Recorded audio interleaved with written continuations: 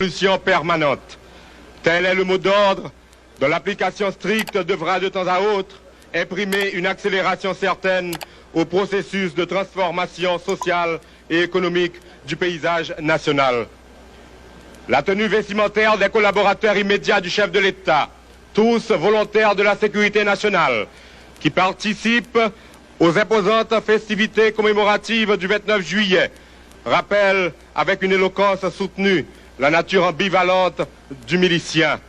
Gardien vigilant de la cité et des conquêtes sociopolitiques de la Révolution, il porte en lui cette disponibilité qui le transforme en agent actif de développement.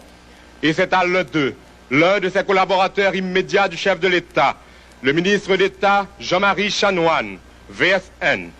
à qui revient l'honneur d'introduire le message du chef à vie de la nation.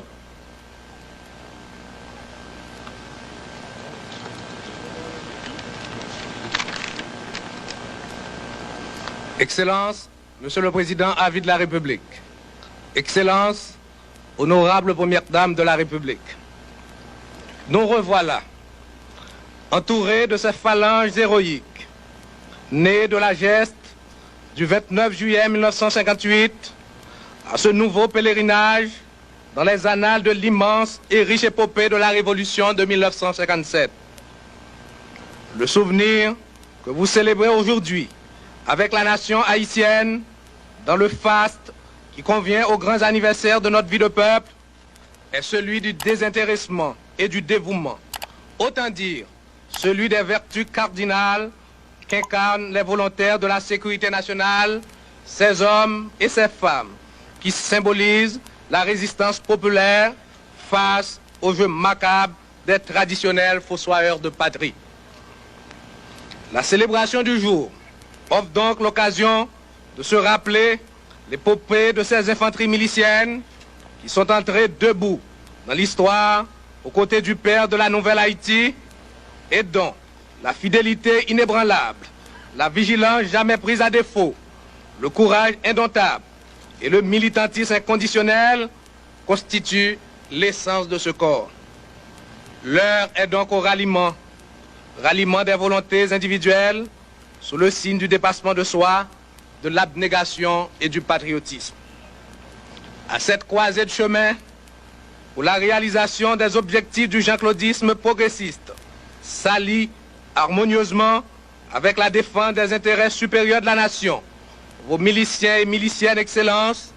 jurent une nouvelle fois leur fidélité et leur attachement à votre personne et à la cause que vous personnifiez.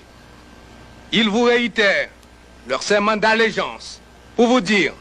qu'ils sont prêts à mourir pour la Révolution, tout comme ils sont plus que jamais disponibles pour poursuivre avec vous la construction des œuvres de civilisation qui jalonnent le brillant palmarès de vos 13 ans de gestion de la chose publique. Témoins de leur impatience à recevoir vos mots d'ordre et vos consignes, je m'empresse, Excellence, de vous inviter au microphone.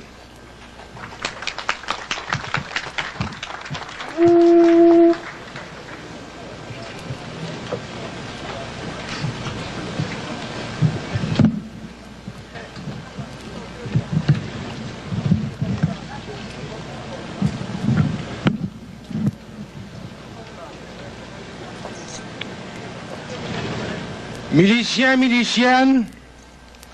de 9 départements géographiques du pays. Je ressens ce matin une vive et profonde émotion à évoquer l'historique journée du 29 juillet 1958, au cours de laquelle la révolution du Valieris, encore dans les langes, allait recevoir son baptême de feu et s'engager sur un glorieux itinéraire jalonné de luttes, d'efforts incessants et de victoires éclatantes. 26 ans nous séparent, en effet, de cette date mémorable où, alliés aux forces armées régulières, ces militants de la première heure ont su dresser le rempart de leur poitrine et de leur froid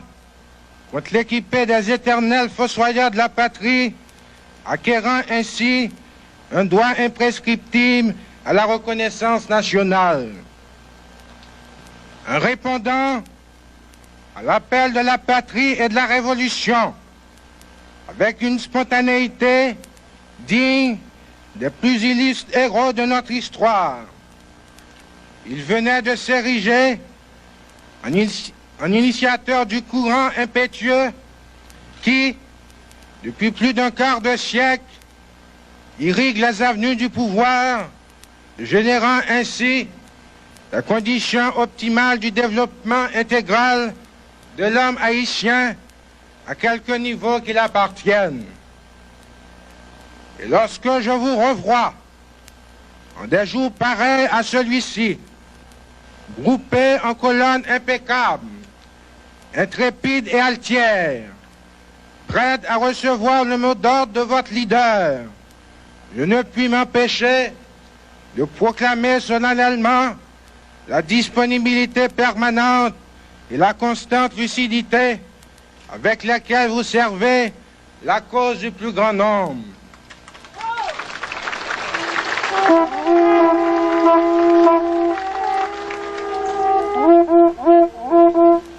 En vous redisant la confiance que je place en vous et dans les responsables qui ont la charge de vous diriger, je ne puis vous cacher ma fierté de savoir qu'à l'instar des farouches inconditionnels de 1957, vous êtes plus que jamais prêts pour la réédition de nouveau 29 juillet.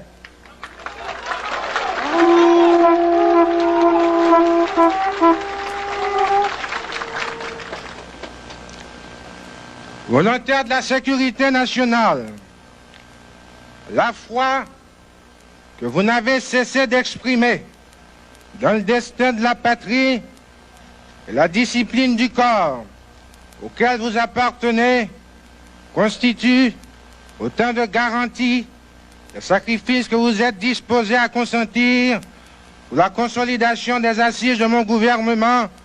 et pour l'implantation progressive d'une démocratie haïtienne faite de liberté, de paix et de justice dans la perspective du développement socio-économique du pays. Si l'enjeu est de taille, si la voie à suivre s'avère parsemée d'embûches, la réalisation des objectifs prioritaires du Jean-Claudisme ne sera que plus glorieuse et les palmes de la victoire seront inscrites à l'actif de chacun d'entre vous en fonction de ses apports personnels. Les différentes consignes lancées par mon gouvernement tout au cours de ces dernières années ne laissent aucun doute à ce sujet.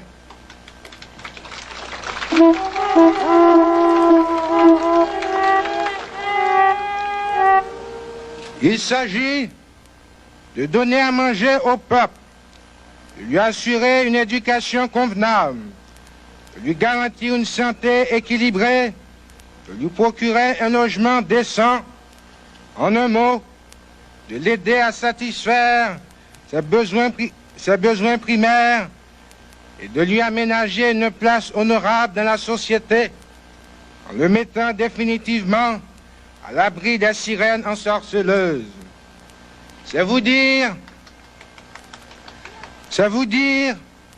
que l'œuvre de rénovation nationale à laquelle s'est attelé le gouvernement de la République appelle de la part de chacun de vous une participation effective et de tous les instants. En effet, après 26 ans de vigilance et de lutte, la bataille pour le salut des masses ne fait que commencer. En plus de la révolution économique, à la poursuite de laquelle vous avez pour devoir de collaborer étroitement, il est indispensable de vous tenir toujours prêt pour contrecarrer toute tentative de destruction.